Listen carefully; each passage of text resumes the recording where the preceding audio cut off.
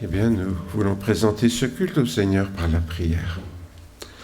En effet, Seigneur, si nous sommes à quelques-uns de tes enfants ce matin, c'est pour louer ton saint nom, Seigneur. Toi seul en es digne, et nous voulons vraiment élever nos voix, Seigneur, pour t'adorer, pour te rendre ce culte qui t'est dû. Merci aussi, Seigneur, de visiter, de soutenir, d'encourager tous nos frères et sœurs et qui ne sont pas avec nous ce matin. Veuille les visiter là où ils sont, les encourager, s'ils en ont besoin, les restaurer, s'ils sont fatigués ou malades. Merci, Seigneur, de pouvoir te les confier en ton saint nom. Sois béni, Seigneur, pour ta grâce et ton amour manifesté en Jésus. Amen. Eh bien, comme annoncé, donc, nous allons poursuivre notre série de méditations sur ce très beau texte de Jésus, en tout cas celui qu'il a partagé dans la synagogue de sa ville natale, à Nazareth. Enfin, non, pas sa ville natale, la ville de sa jeunesse, puisque c'est là que Jésus a été élevé, mais il n'est pas né là.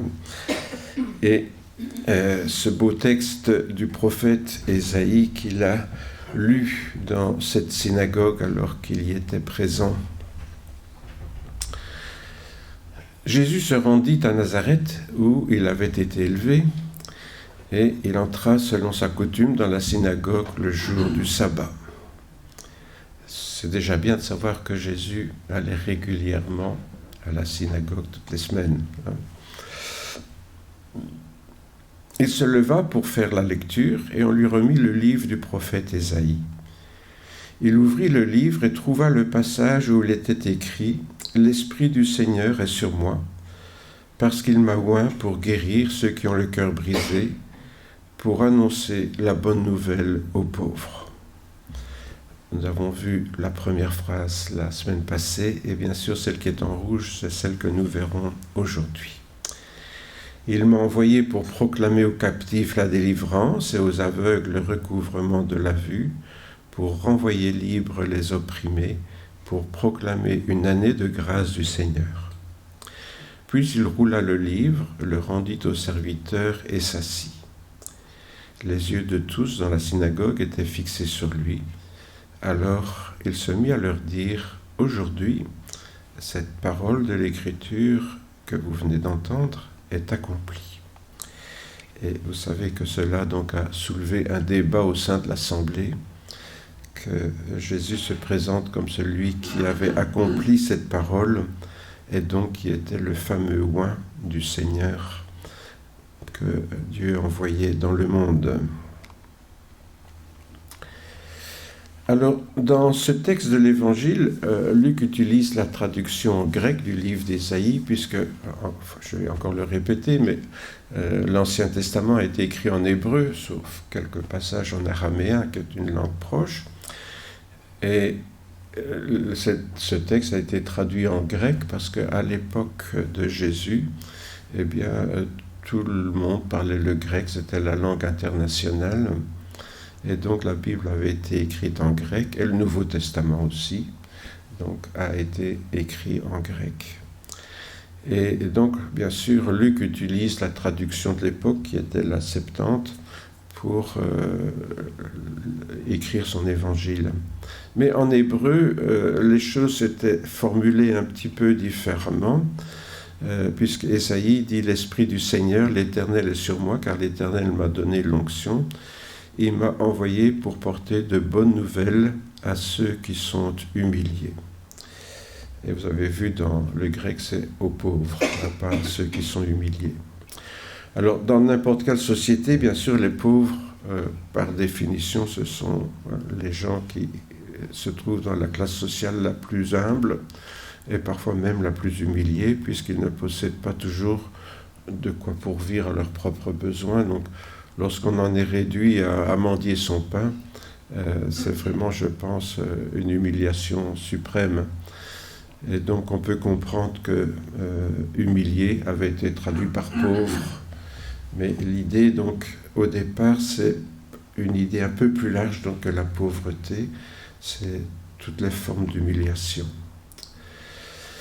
Le prophète Ésaïe donc annonce que le Messie recevra l'onction de l'Esprit Saint et sera envoyé vers son peuple pour guérir ceux qui ont le cœur brisé. Je reprends un peu tout ça, pour annoncer la bonne nouvelle aux pauvres, ou bien pour porter de bonnes nouvelles à ceux qui sont humiliés, selon qu'on traduit en grec ou en hébreu, pour proclamer aux captifs la délivrance, pour proclamer aux aveugles le recouvrement de la vue, pour renvoyer libres les opprimés, pour proclamer une année de grâce du Seigneur. Ce seront donc l'occasion d'aborder ces sujets lors des prochains dimanches, Dieu voulant, si le Seigneur nous prête vie, particulièrement à votre serviteur qui est chargé de le faire. Alors aujourd'hui, dit Jésus, cette parole de l'Écriture, ou cette écriture littéralement, est accomplie. Voilà donc Jésus qui a reçu l'onction pour annoncer de bonnes nouvelles à ceux qui sont humiliés. C'est le deuxième point, donc nous allons méditer aujourd'hui. Alors constatons tout d'abord que la pauvreté n'est pas la seule forme d'humiliation. On peut se trouver humilié de bien d'autres manières. Ça commence souvent à l'école, où le maître se moque de l'élève qui ne connaît pas bien sa leçon. Dans le temps, on les mettait dans le coin avec un bonnet d'âne. Heureusement, aujourd'hui, les enseignants ont reçu quelques cours de pédagogie, de psychologie, et théoriquement ne brisent plus la personnalité des enfants qui leur sont donnés, qui leur sont confiés. Mais, comment dirais-je, il n'y a pas si longtemps, c'était encore le cas, le bonnet d'âne et l'enfant dans le coin. Ici, le sadisme, je ne sais pas si vous voyez, va même jusqu'à le mettre à genoux sur une règle. C'était vraiment des choses que les aînés ont connues, ça, le temps héroïque, si j'arrive à le dire, de l'école primaire. Mais ça peut être aussi les autres enfants qui humilient un copain. Et ça continue toujours beaucoup. Si un n'a pas la marque du groupe sur son plumier, etc., sur ses vêtements, si on vient avec des vêtements sans marque, du matériel scolaire sans marque, on leur méprise, et voilà. Ici, on se moque d'un petit gamin qui a des lunettes. Elles sont moches, tes lunettes, t'as l'air bête avec ses lunettes. Enfin, vous voyez tout ce que les enfants peuvent dire, tant ils sont cruels parfois entre eux. Cela peut venir aussi de la perte d'un emploi. J'imagine que le gars qui sort de son entreprise avec une caisse et ses affaires dedans, qui défile comme ça devant tous ses collègues, c'est vraiment une humiliation. Ça peut être aussi suite à un accident où on se rend compte que, se retrouvant handicapé, on est limité dans ses déplacements, et pas seulement dans ses déplacements, mais dans bien d'autres choses. Ou si même on vit dans un handicap depuis la naissance. Cela peut venir aussi d'un amour évincé. Le fiancé qui reçoit son bouquet de fleurs en pleine figure, ça doit être quand même assez humiliant. Et ça peut être aussi le cas parce qu'on ne parle pas l'anglais. Je ne sais pas si vous vous êtes rendu compte maintenant, mais si on ne parle pas l'anglais, souvent on a l'air bête. Je dis ça pour moi parce que je l'ai appris à l'école, mais j'ai pratiquement tout oublié. Alors, quand on se retrouve dans certaines réunions, surtout entre flamands et francophones, c'est devenu la langue diplomatique en Belgique, l'anglais. Et donc, voilà.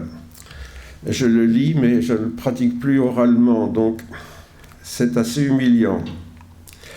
Cela peut venir aussi d'une parole maladroite, où on se dit « aïe, aïe, aïe », on a envie de se mettre un sac sur la tête, parce qu'on a dit quelque chose qu'il ne fallait pas à quelqu'un qu'il ne fallait pas, ou au mauvais moment, que sais-je moi. Dans le style « comment va ta mère ?» Ça fait 2 ans qu'elle est morte, aïe. Vous voyez, c'est le genre de truc où parfois on se sent vraiment... voilà, c'est un ami et je ne suis même pas au courant, ou j'ai oublié que sa maman était morte et je lui demande comment elle va. Donc c'est une situation où on se trouve vraiment stupide et humilié. Ou un stupide accident. On est distrait et ou n'importe quelle bêtise qu'on a pu commettre, ça peut être un sujet d'humiliation. On peut aussi se rendre compte qu'on s'est disputé pour rien du tout. Mais qu'est-ce que j'ai été bête, comment ça me disputer pour des queues de cerises? Ou bien on peut avoir honte aussi, être humilié à cause de sa famille, parce qu'on a un père alcoolique ou je ne sais pas moi, d'autres sortes de situations. Et on pourrait ainsi multiplier tous les exemples, j'en ai pris quelques-uns comme ça au hasard, mais on pourrait ainsi multiplier tous les exemples où il y a des choses, quand on s'en souvient, même le souvenir nous humilie. Et on est comme marqué au fer rouge par ces choses qui nous ont marqué dans l'enfance. Personnellement, dans mes cauchemars, je me vois toujours en train de réciter ma leçon de flamand à l'Athénée, vous voyez, et je me vois devant le prof, devant le tableau, incapable de répéter ma leçon. Ça me poursuit encore aujourd'hui à 78 ans.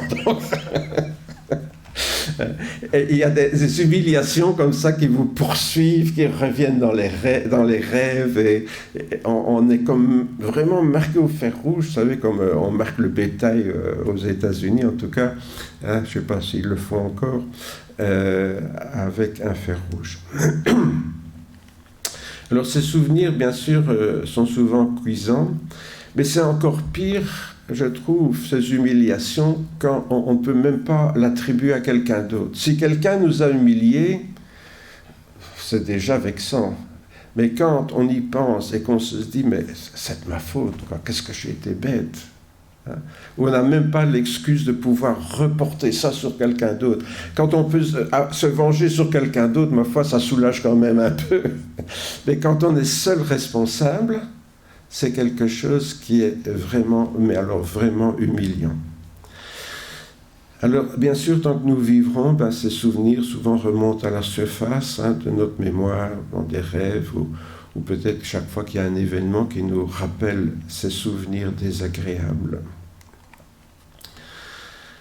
C'est ainsi que parfois on a décrit l'enfer, un endroit d'humiliation et de honte, où personne ne pourra rejeter la faute sur quelqu'un d'autre. On ne pourra pas dire c'est la faute du diable, c'est la faute de mon voisin, c'est la faute des pasteurs qui vous dégoûtent de l'évangile, ou la faute de je ne sais pas qui, moi, des chrétiens qui disent des choses mais qui ne les font pas. Enfin, on peut trouver toutes sortes d'excuses. Non, là, on va se trouver dans une situation où tout ce qu'on pourra dire, c'est ma faute.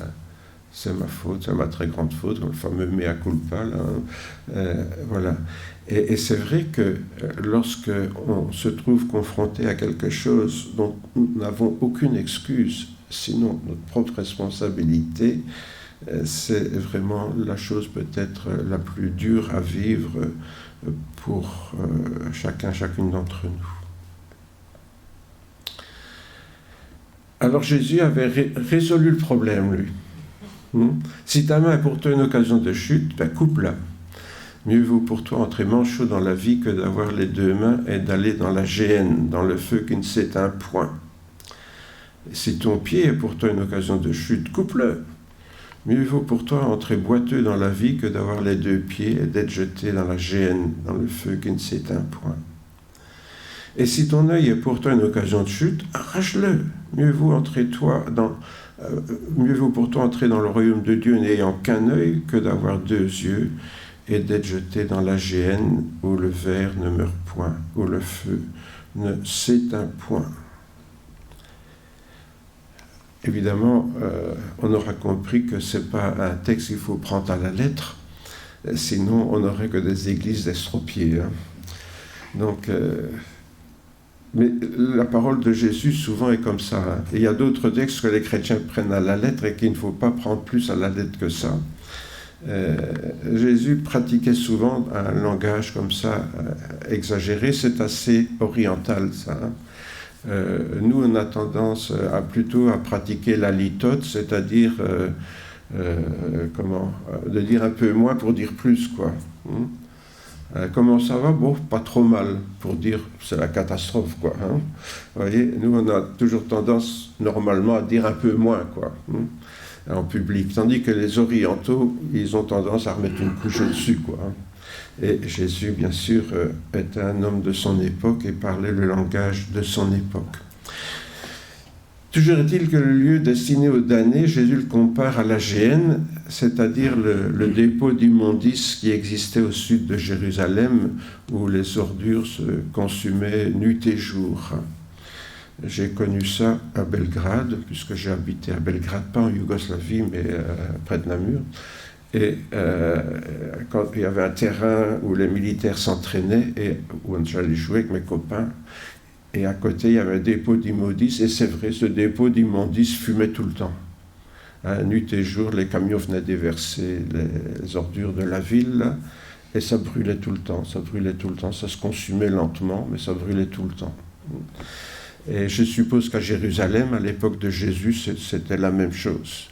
Donc la Géhenne, c'est la vallée où se trouvait ce dépôt d'immondices au sud de Jérusalem, au sud-ouest, brûlait tout le temps, et c'était l'idée de quelque chose qui ronge, hein, qui ronge comme un feu ou comme un ver qui brûle sans jamais s'éteindre. Alors, comme je l'ai dit, ce feu nous brûle de l'intérieur et nous l'éprouvons tous plus ou moins, ou pour différentes raisons. Je crois que c'est quelque chose que tous nous avons vécu un jour dans notre vie et que nous éprouvons encore parfois. Alors, plutôt que de nous couper un bras, une jambe ou nous arracher un œil, Jésus a une bonne nouvelle pour vous. C'est que nous n'avons plus à craindre la géhenne d'y être jetés. La bonne nouvelle, c'est que Jésus a pris sur lui la responsabilité qui nous incombait. On vient de le dire, le pire, c'est de n'avoir d'autre excuse que soi-même et notre propre culpabilité, notre propre responsabilité, notre propre faute. Eh bien, la bonne nouvelle, bien sûr, c'est que Jésus a pris ça sur lui. Et qu'ainsi, le feu de la culpabilité, de la honte qui nous brûlait de l'intérieur, bien Jésus veut la prendre sur lui. Je parle ici, bien sûr, de pas certaines gamineries, mais de choses vraiment sérieuses qui nous font mal et qui nous rongent. Et nous connaissons tous ce passage d'Ésaïe que nous lisons régulièrement. Hein. Cependant, ce sont nos souffrances qu'il a portées, c'est de nos douleurs qu'il s'est chargé. Et nous l'avons considéré comme puni, frappé de Dieu, humilié. Mais il était blessé pour nos péchés, brisé pour nos iniquités. Et le châtiment qui nous donne la paix est tombé sur lui. C'est par ses meurtrissures que nous sommes guéris.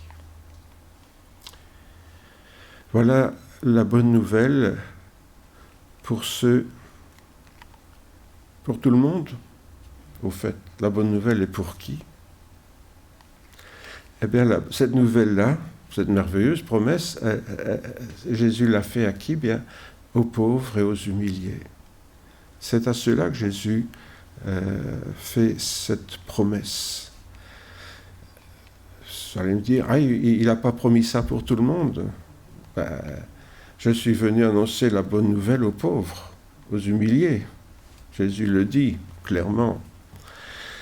Et parfois, on a tendance à s'approprier des promesses qui ne nous concernent pas, ou à ne pas s'approprier les promesses qui nous concernent. Et ça, c'est un peu dommage, parce qu'il y a beaucoup de promesses dans la parole de Dieu, mais dans certains cas, elles sont réservées à certains, et dans ce cas-ci, c'est aux pauvres qu'elle est réservée. D'ailleurs, dans le fameux sermon sur la montagne, Jésus avait annoncé différentes choses qu'on a appelées les béatitudes, c'est-à-dire bienheureux. Hein, la béatitude, c'est ça, c'est être bienheureux. Eh bien, heureux les pauvres en esprit, car le royaume des cieux est à eux, a dit Jésus. L'expression pauvre en esprit, il ne s'agit pas ici des simples d'esprit. Hein. parfois, on aurait peut-être tendance à faire la comparaison quand on voit certains chrétiens, vous allez me dire, hein, qui sont à la fois pauvres en esprit, mais aussi un peu simplés sur les bords. Mais bon, ce n'est pas ça que Jésus visait vraiment. Pauvre en esprit, se reconnaître pauvre spirituellement. Vous savez, si on ne se sent pas pauvre spirituellement, et si cette pauvreté ne nous humilie pas, si en reconnaissant notre pauvreté, on ne se sent pas mal, la promesse de Jésus, elle n'est pas pour nous. Cette promesse que Jésus nous fait, elle est pour ceux qui reconnaissent leur indigence spirituelle. Vous allez me dire, mince, alors c'est pas pour moi, moi ça fait tellement d'années que je suis converti, j'ai plus grand-chose à apprendre. C'est embêtant, hein? Oui, quand je me suis converti, là je ne savais rien, mais maintenant je sais tout. D'ailleurs, tout ce que le pasteur raconte, je le savais avant de venir, donc je ne sais même pas pourquoi je vais à l'église, d'ailleurs je ne vais pas souvent. Hein, voilà, c'est pas pour moi. Alors ça c'est embêtant, avouez, hein, si la promesse de Jésus n'est pas pour nous. Vous savez, plus on grandit avec le Seigneur, plus on se rend compte qu'on ne sait rien. C'est comme en science, vous savez. Plus on étudie les sciences, et plus on se rend compte qu'on ne sait rien. Et plus on grandit avec le Seigneur, plus on se rend compte qu'on ne sait rien. Et cette pauvreté spirituelle, quelque part, a quelque chose d'un peu désespérant. On se dit, mais depuis le temps que je suis avec le Seigneur, depuis le temps que je lis la Bible, que j'apprends des choses, je me rends compte qu'il y a encore tellement de choses que je ne comprends pas, des choses qui m'échappent complètement. À commencer par Dieu, d'ailleurs. Qu'est-ce qu'on sait de Dieu? Rien, sinon ce que Jésus nous en a montré, révélé. Mais en dehors de ça, on ne sait rien de Dieu. À quoi il ressemble, Dieu? On nous dit, c'est un esprit. Oui, d'accord, un esprit, c'est quoi un esprit? Vous voyez, il y a des choses comme ça, on se rend compte à un moment donné, quand on réfléchit en tant que chrétien, qu'on n'est nulle part, finalement. Dès lors, puisque Jésus veut y remédier, le problème le plus grave, c'est pas d'être pauvre spirituellement. Bien sûr, cette pauvreté spirituelle en elle-même est un problème, mais le plus grave, c'est de ne pas reconnaître qu'on est pauvre. Parce qu'alors là, on n'a aucune chance de s'en sortir. Si au moins on se reconnaît pauvre spirituellement, il y a une solution. C'est Jésus qui va venir nous combler, et au fur et à mesure que nous progressons, combler cette pauvreté. Mais lorsqu'on ne se reconnaît pas spirituel, on n'a aucune chance de se sentir humilié, puisqu'on est tout à fait très content de ce qu'on est. Et finalement, on passe à côté de cette bénédiction. Alors, ceux qui ont suivi nos études bibliques, bien sûr, c'est-à-dire pratiquement tout le monde, se souviendront de ce que Jésus a dit à l'église de Laodicée. Parce que tu dis, je suis riche, je me suis enrichi, je n'ai besoin de rien. Parce que tu ne sais pas que tu es malheureux, misérable, pauvre, aveugle et nu. Je te conseille d'acheter de moi de l'or éprouvé par le feu, afin que tu deviennes riche, et des vêtements blancs afin que tu sois vêtu, et que la honte de ta nudité ne paraisse pas, et un collier pour oindre tes yeux, afin que tu te vois, afin que tu vois, ou peut-être que tu te vois tel que tu es. Cette église de Laodicée pensait en effet avoir atteint la maturité spirituelle et considérait que, voilà, elle avait tout ce qu'il fallait, quoi. Et c'est quand on croit qu'on est arrivé que la chute est proche.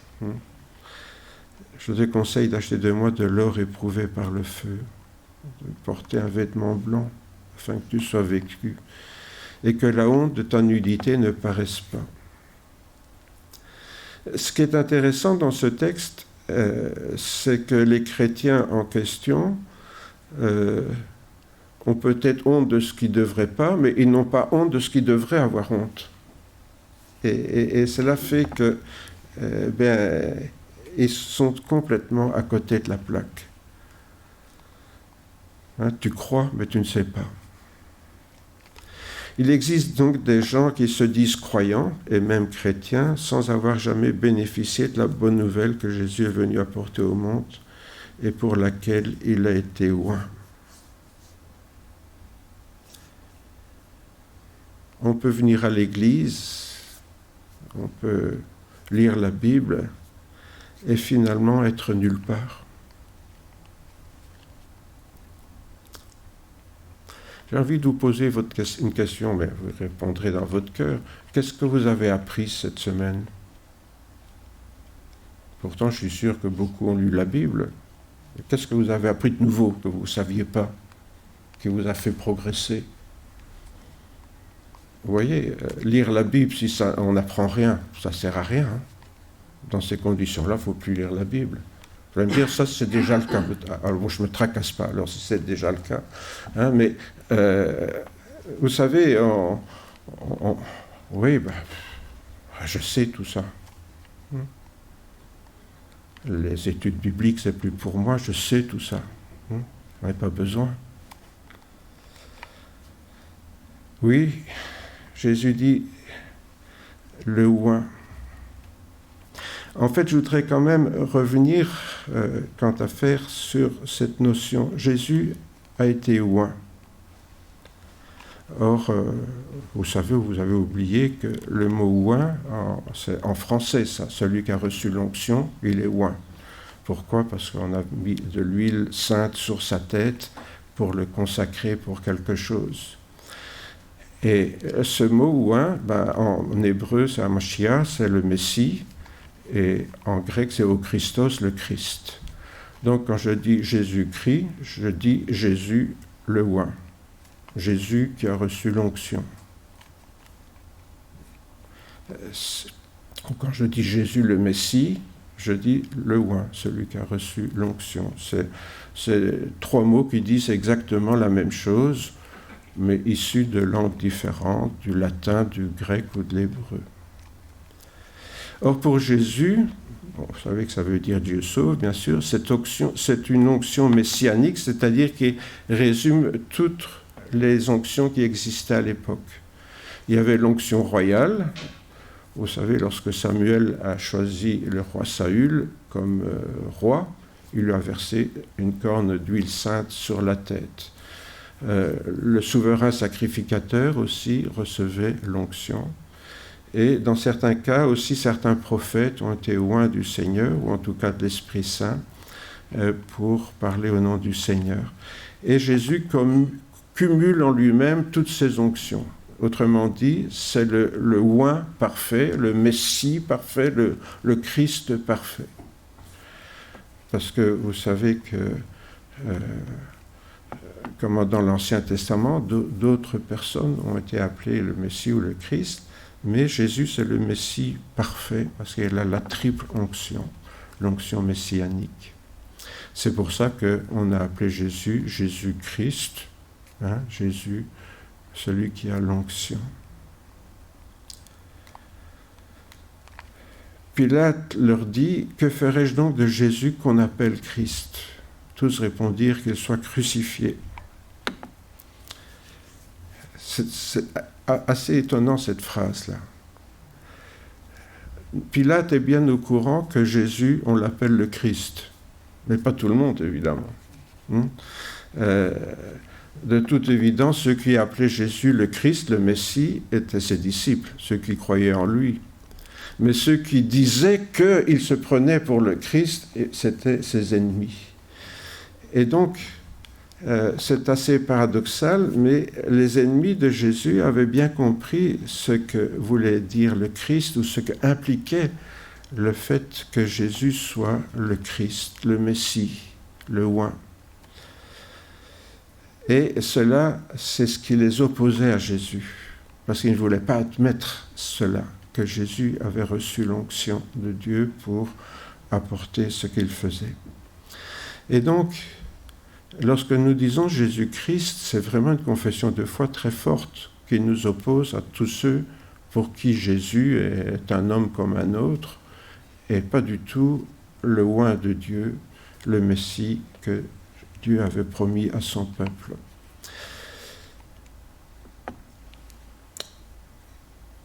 dans cet ordre d'idées, beaucoup de chrétiens disent que Jésus est le Fils de Dieu, mais sans comprendre ce que cela signifie vraiment. Quand je dis Jésus est le Fils de Dieu, oui, je dis quelque chose, mais parfois, les ennemis de Jésus, eux, avaient bien compris ce que ça impliquait. S'il appelle Dieu son Père,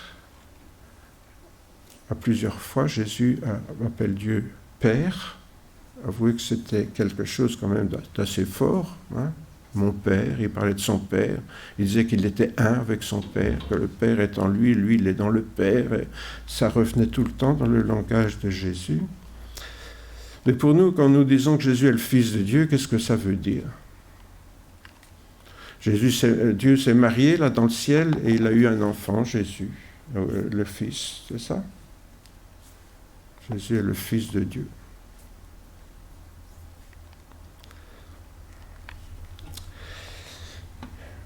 On sait que Dieu est le Père de toute la création parce qu'il en est l'auteur. C'est ainsi que dans l'Ancien Testament, les anges sont appelés les fils de Dieu. Vous verrez ça dans le livre de Job, par exemple. Les fils de Dieu se réunirent. Et dans les fils de Dieu, il y avait Satan aussi. Les fils de Dieu se réunissent. Donc les anges dans le ciel, on les appelle les fils de Dieu. Pourquoi ? Parce qu'il en est le créateur, il en est l'auteur. Et d'une certaine façon, Dieu est le Père de tout le monde parce que nous sommes tous ses créatures.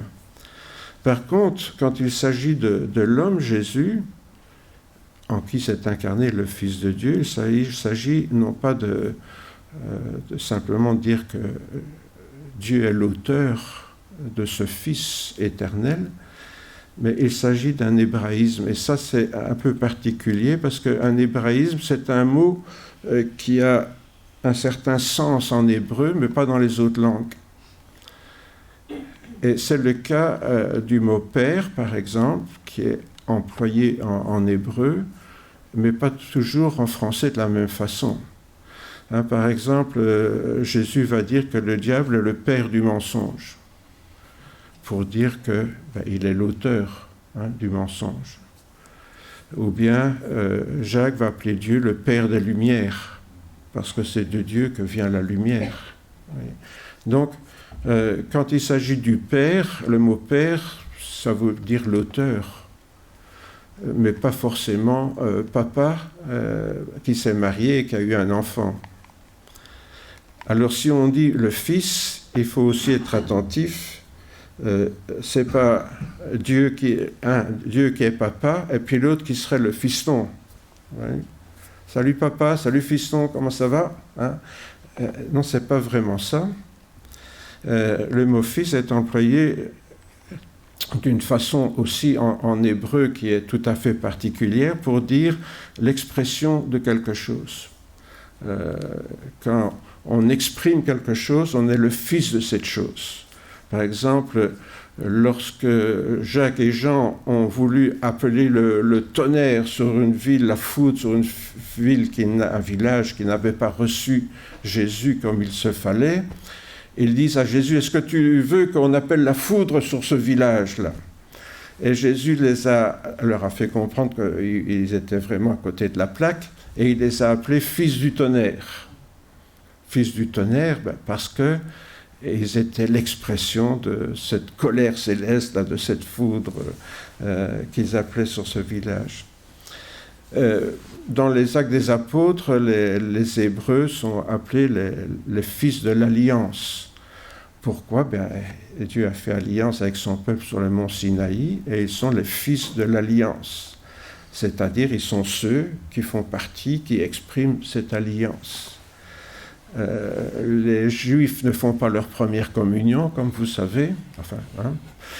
Ils font leur bar mitzvah. Et la bar mitzvah, c'est quoi ? C'est le jour où le petit garçon devient fils du commandement.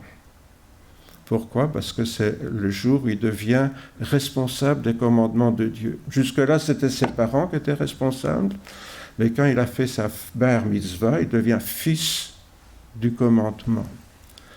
Et donc, quand on dit que Jésus est le Fils de Dieu, c'est comme ça qu'il faut le comprendre. Il est l'expression de Dieu, la manifestation de Dieu. Ce n'est pas une relation filiale comme on voudrait l'entendre parfois.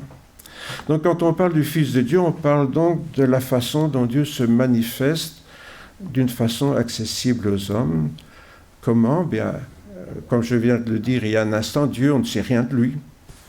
Il est en dehors de cet univers, de cet espace-temps, puisqu'il existait avant. Donc il est forcément dehors, puisqu'il en est le créateur, il existait avant. Donc Dieu, on ne sait rien de lui. On ne sait rien de lui, sauf, encore une fois, ce que Jésus a manifesté de Dieu, a exprimé de Dieu. Et de ce sens-là, il est Fils de Dieu, parce que c'est lui qui va nous exprimer, nous expliquer, nous faire comprendre qui est Dieu. Et il le fait comment ? Il le fait au travers de la parole, au travers de la création du monde et au travers de son incarnation. Alors, rassurez-vous, je n'ai pas sucé ça de mon pouce, il ne m'a rien dit à ce sujet-là. Je préférais lire l'évangile de Jean. Au commencement était la parole, et la parole était avec Dieu, et la parole était Dieu.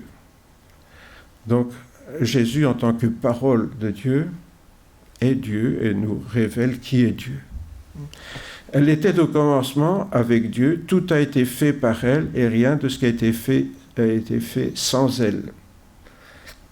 Il est le créateur du monde.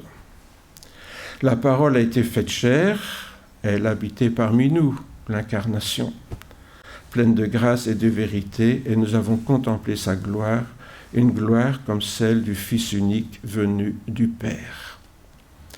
Cette gloire de Dieu, elle se manifeste donc dans Jésus, cette parole divine qui s'est incarnée et qui existe de toute éternité. C'est le Dieu créateur, celui qui a créé le monde par sa parole. Et quand nous lisons le début de la Genèse, Dieu dit et la chose est. Ouais, il n'y a que Dieu qui peut faire ça. Il dit et la chose est. Bon. Et donc, cette parole toute puissante, cette parole créatrice, cette parole s'est incarnée pour que nous puissions en avoir une idée, pour que nous puissions l'entendre, pour que nous puissions le voir à l'œuvre au travers de tous ces miracles qui montrent justement qu'il est le créateur du monde, puisqu'il peut arrêter la tempête, il peut aller contre la maladie, contre toutes les choses de ce monde. Dieu a cette puissance créatrice qui s'est manifestée en Jésus.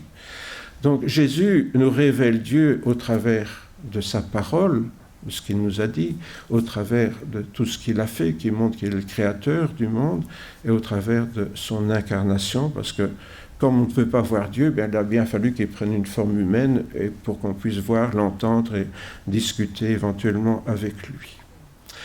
Donc quand on dit que Jésus est le Fils de Dieu, il est la manifestation, l'expression, ce qu'on peut connaître de Dieu, c'est au travers de lui. C'est donc en Jésus-Christ que Dieu s'est révélé à l'humanité. Je ne sais pas si déjà là vous réalisez notre privilège. Tout ce qu'on peut connaître de Dieu, on peut le connaître qu'en Jésus-Christ. Et seulement en lui. Tout ce qu'on pourrait nous dire de Dieu qui ne vient pas de Jésus, c'est de la pure spéculation. Tout ce qu'on peut connaître de Dieu vient de lui, de Jésus, en tout cas du Fils de Dieu incarné en Jésus. Parce que alors là, c'est là que les choses se compliquent dans la Bible et que tout le monde fait une soupe. C'est que Jésus, lui, n'est pas Dieu, il est un homme, comme vous et moi, pleinement homme, avec tout ce que ça implique d'être homme, comme souffrance, comme tout ce qu'on peut imaginer, de joie, de nécessité. Il avait faim, il avait soif, et il éprouvait tout ce qu'un être humain peut éprouver. Alors c'est intéressant de voir aussi le début de l'Épître aux Hébreux, parce que là il y a souvent un dérapage entre les 3 premiers versets puis la suite. L'auteur nous dit ceci: « Après avoir autrefois, à plusieurs reprises, de plusieurs manières, parlé à nos pères par les prophètes. » Bon, nous, on a compris, il s'agit de l'Ancien Testament. Autrefois, Dieu nous a parlé à travers les pères, donc Abraham, Isaac, Jacob, les prophètes, les rois, tout ça. Après nous avoir parlé autrefois de cette manière-là, Dieu nous a parlé par le Fils en ces jours qui sont les derniers. Il l'a établi héritier de toutes choses et c'est par lui qu'il a fait les mondes. On revient à ça. C'est bien lui, ce Fils qui était déjà là au moment de la création du monde. Et comme il a créé le monde, il n'a pas été créé, lui. Parce qu'on va voir, et un peu plus loin, on comprend mal. Comme il a fait le monde, il peut pas être le créateur et puis en même temps la créature. Ce Fils qui est le rayonnement de sa gloire, l'expression de son être. Vous voyez, ce Fils nous révèle vraiment toute la gloire de Dieu en sa personne. Il est l'expression de ce que Dieu. Quand on voit le Fils, on voit le Père. Un jour, Philippe dit à Jésus, « Seigneur, montre-nous le Père et cela nous suffit. » Et Jésus, qu'est-ce qu'il lui répond? « Mais il y a tellement longtemps que je suis avec toi, Philippe, et tu ne m'as pas vu. » Celui qui a vu le Fils a vu le Père. Ce Fils est l'expression de Dieu. Si on voit le Fils, on voit le Père. Parce que le Père est dans le Fils et le Fils est dans le Père. Soutient donc ce Fils qui est le rayonnement de sa gloire, l'expression de son être, soutient toutes choses par sa parole puissante. Vous voyez, on retrouve les termes de l'évangile de Jean, ici dans le début de l'épître aux Hébreux. Donc la personnalité du Christ, du Messie, puisqu'on vient de dire que voilà, Jésus est le oint de Dieu, est d'autant plus complexe qu'il n'est pas seulement le Fils de Dieu, donc la manifestation de Dieu auprès de l'humanité, et on va le voir tout de suite, il est aussi le Fils de l'homme, le représentant de l'humanité auprès de Dieu. Pourquoi? Parce que vous l'aurez remarqué en lisant les évangiles, Jésus parle de lui et il s'appelle comment? Le Fils de l'homme. Quand Jésus il se présente pas comme le Fils de Dieu.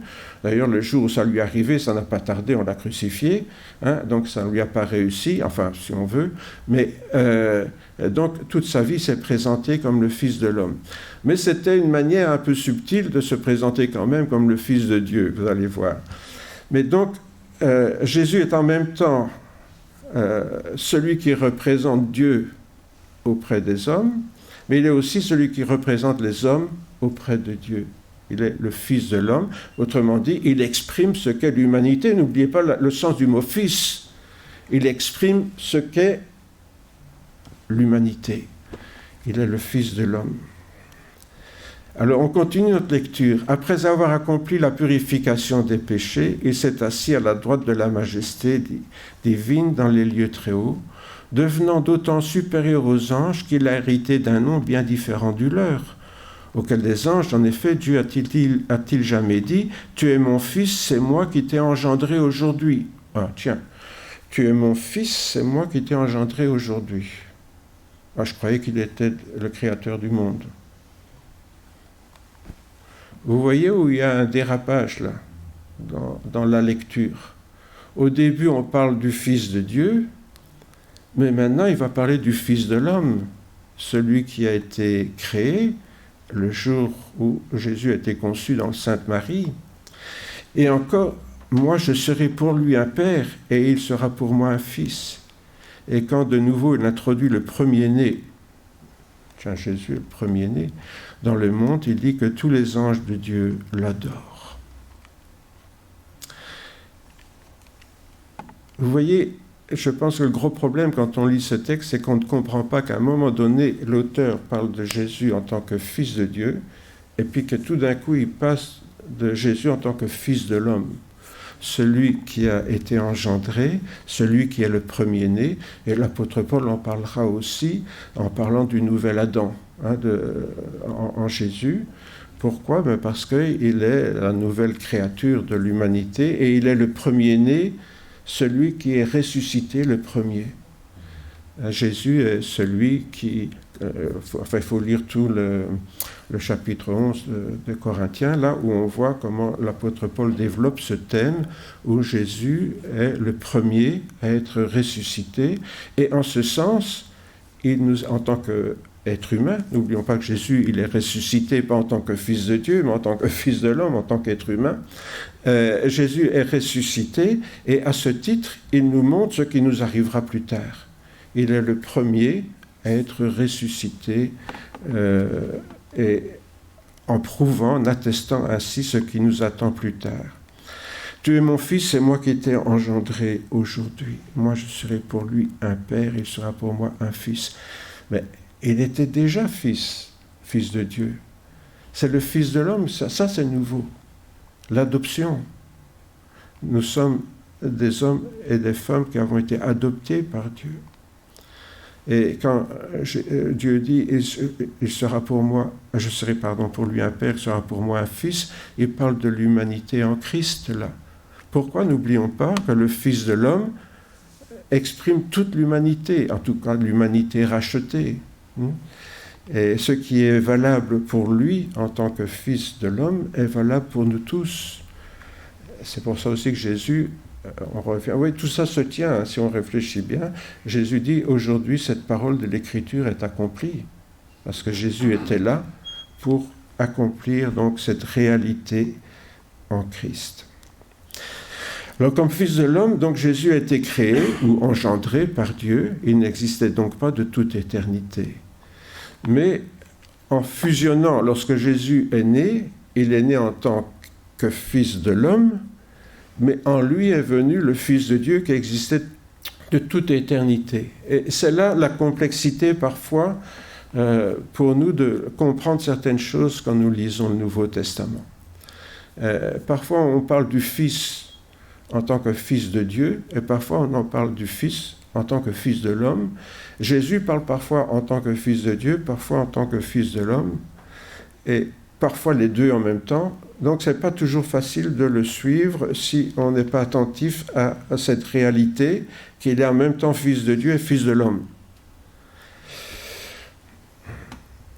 Donc comme le Fils de l'homme, Jésus a été créé, engendré par Dieu, il n'existait pas toute éternité, mais en lui est venu donc habiter, a fusionné en quelque sorte, puisqu'il s'est incarné en Jésus, le Fils de Dieu, et c'est toute la personne du Christ, du Messie, qui s'est élevée au-dessus des anges.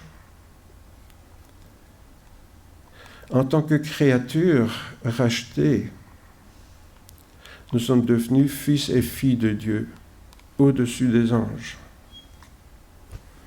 C'est un titre fils de Dieu ou fille de Dieu, ce qui est notre cas maintenant, qui est extraordinaire.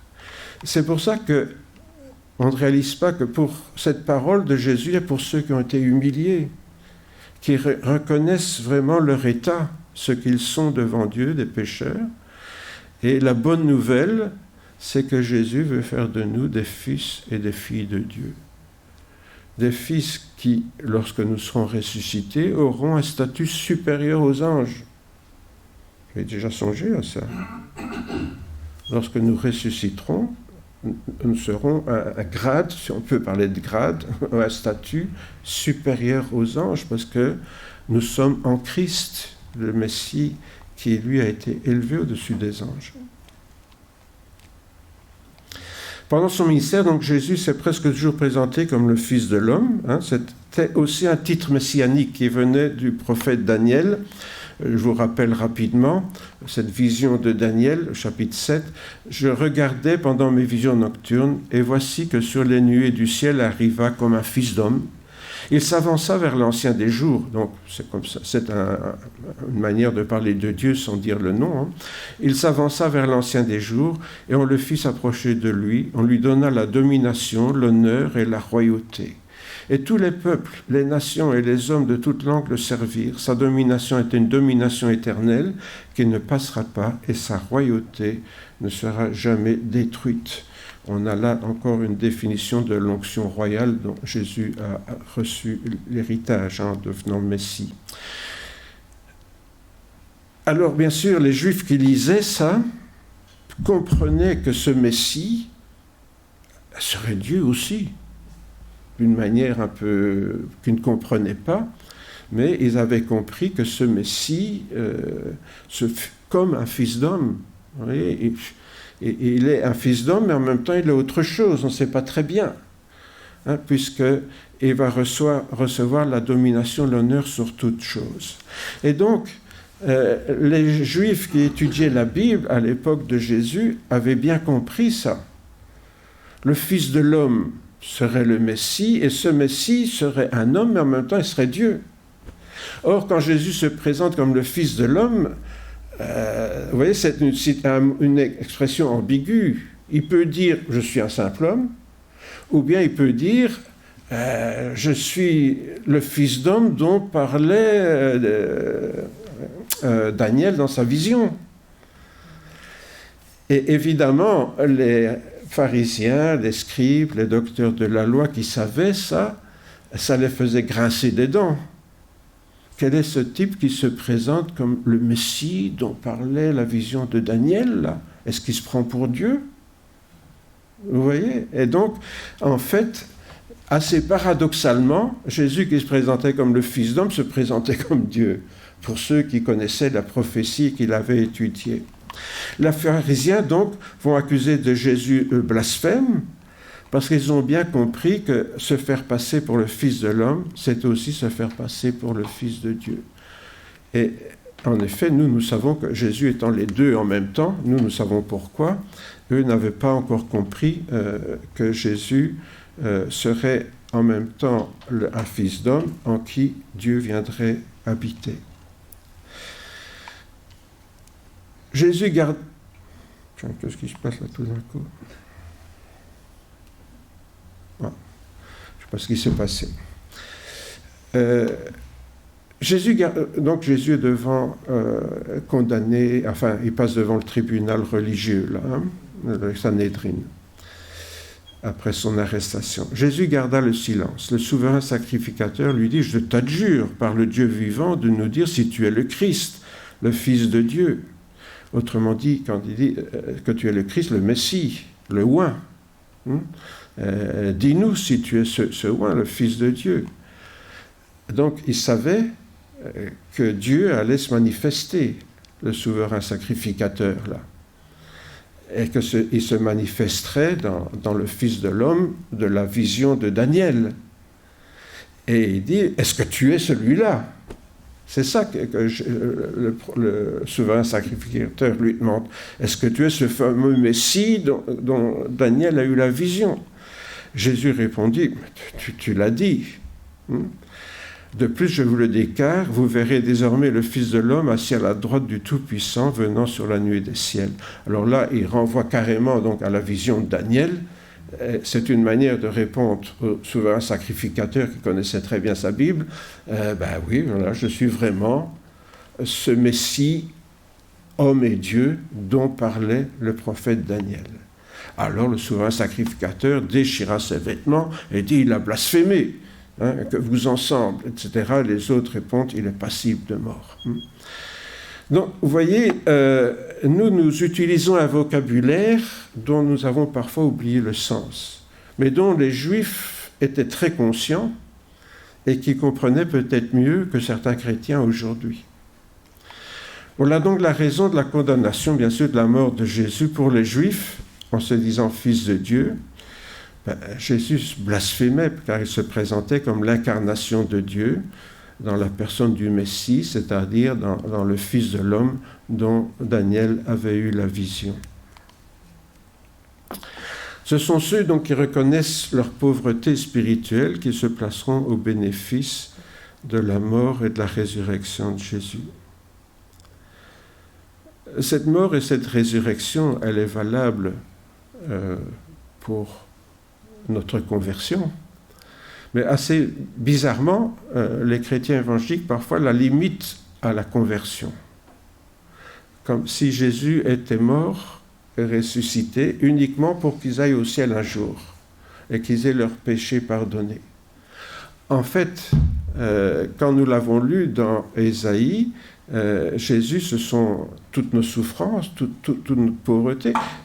Vous savez, il n'y a pas qu'au moment de l'accouchement que vous avez souffert, ou votre maman a souffert, et il n'y a pas qu'au moment de la conversion que l'on peut pleurer sur ses péchés. Toute notre vie, on a besoin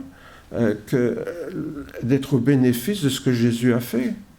Encore faut-il reconnaître sa pauvreté et son besoin, et avoir la foi que Jésus peut répondre à cette pauvreté et à ses besoins, notamment spirituels. Parce que bien souvent, quand on prie le Seigneur, c'est pour des choses matérielles. Mais on prie rarement le Seigneur pour des choses spirituelles. Prier pour comprendre ce que nous lisons. Prier pour que le Seigneur, que nous puissions vraiment être enseignés par sa parole. On a un petit cœur, enseigne-moi Seigneur, enseigne-moi, mais enseigne-moi quoi? Puisque de toute façon on lit, on ne comprend rien, on ne retient rien. Et même on écoute ce pasteur, là, et la semaine d'après, on ne sait même plus de quoi il a parlé d'ailleurs. Bon. Donc, qu'est-ce que le Seigneur nous enseigne?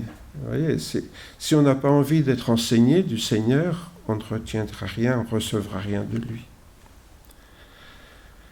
C'est pour ça, aux chrétiens de Colosse, l'apôtre Paul, avec sagesse, leur dit, si donc vous êtes ressuscité avec... Si, hein, bon, je ne sais pas moi. Si vous êtes ressuscité avec le Christ, cherchez les choses d'en haut, et le Christ où le Christ est assis à la droite de Dieu. On revient toujours à cette image du Messie dans la gloire céleste. Pensez à ce qui est en haut et non à ce qui est sur la terre, car vous êtes morts et votre vie est cachée dans le Christ en Dieu. Quand le Christ, votre fruit, paraîtra, alors vous paraîtrez aussi avec lui dans la gloire. Voilà donc la promesse à laquelle je faisais allusion tout à l'heure.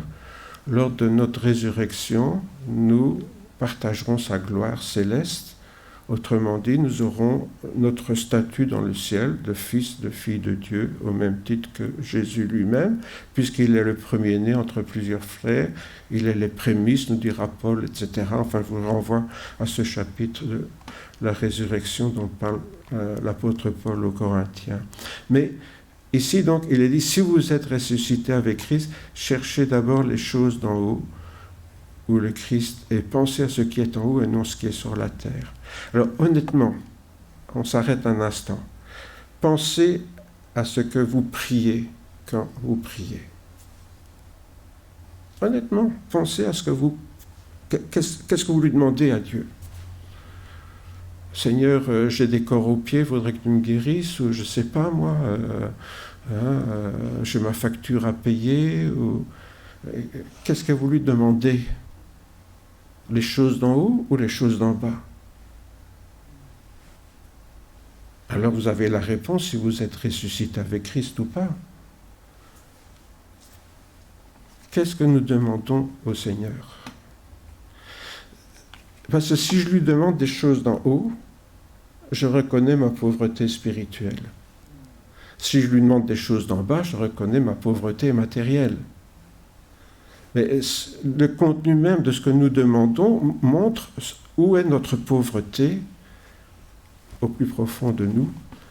Est-ce que c'est vraiment la pauvreté spirituelle? Parce que sinon, tout ce que Jésus dit, tout ce que j'ai raconté ce matin, c'est pas pour nous, quoi. Ça sert même à rien d'y penser. Et vous aurez raison de l'oublier comme tout le reste. Ça n'a aucune importance. Mais telle est la bonne nouvelle, par contre, annoncée à ceux qui sont humiliés, spirituellement s'entend. Quand Jésus paraîtra dans la gloire, ils paraîtront aussi avec lui dans la gloire. C'est ça la bonne nouvelle.